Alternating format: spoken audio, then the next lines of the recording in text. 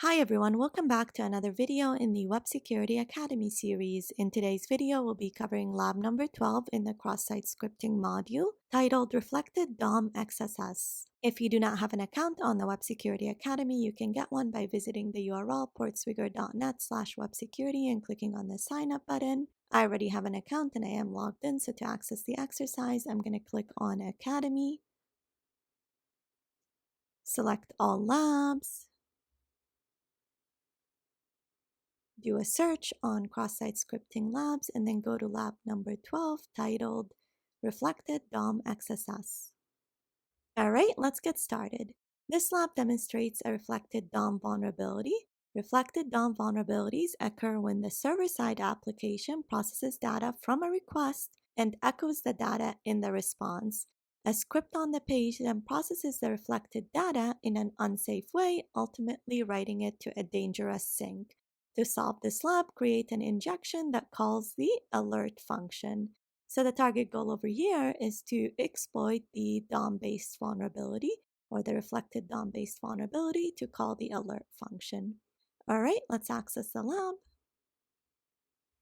Now notice over here, this is the built-in browser in Burp, and so all my requests are already being passed in my Burp proxy. As usual with DOM-based vulnerabilities, we'll first start off with the browser and then we'll use the proxy if we need it. So the first thing we're going to do is put a random string in the search field and then inspect the page source, find all instances where this string was reflected. So you could see over here we only have one match and it's to the heading string that we see on the screen. However, if you look up here, you could see that there is a script that is being called and processed under the resources/js folder, and the script is called searchresults.js. So my guess is this script is involved in displaying the content on the screen when you put in a search field. So let's copy this and then view the script to see if there's any vulnerabilities in this script. All right, so it looks like over here we've got a function called search. It takes in a path. And if you look over here, based on the state of the request, it calls the eval function. So immediately when I see the eval function, the first thing that I want to look for is if it accepts client-supplied input, because the eval function is really dangerous. It allows you to run JavaScript. And so if it takes in client-supplied input, then we could potentially exploit this vulnerability. So over here, you could see it looks like it's creating a search results object, and then it's saving the response text in that object.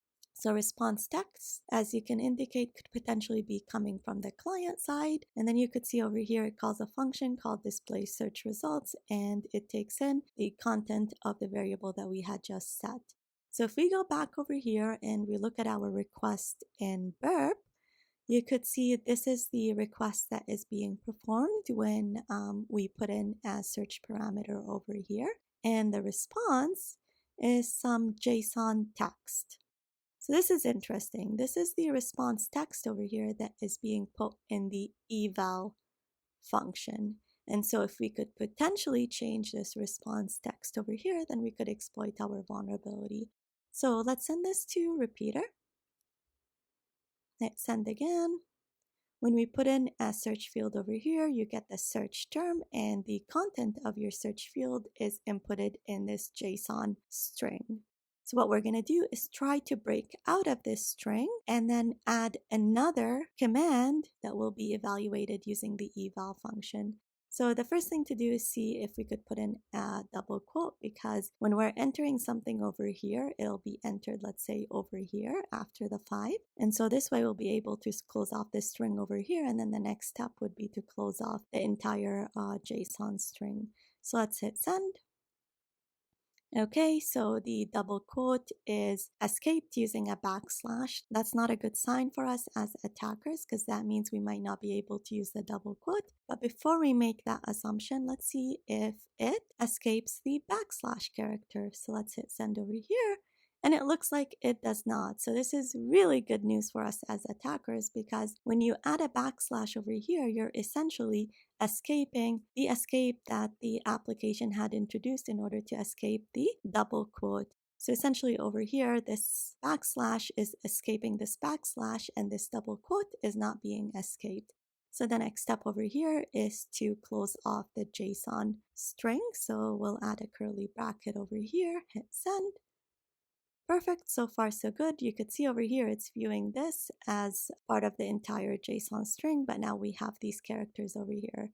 So now we could introduce our other command that we want to be evaluated over here. So we'll add a semicolon, and then the command is alert1, because the exercise wants us to display the alert box. Now we'll add a plus sign here for space, because we want this to be URL encoded.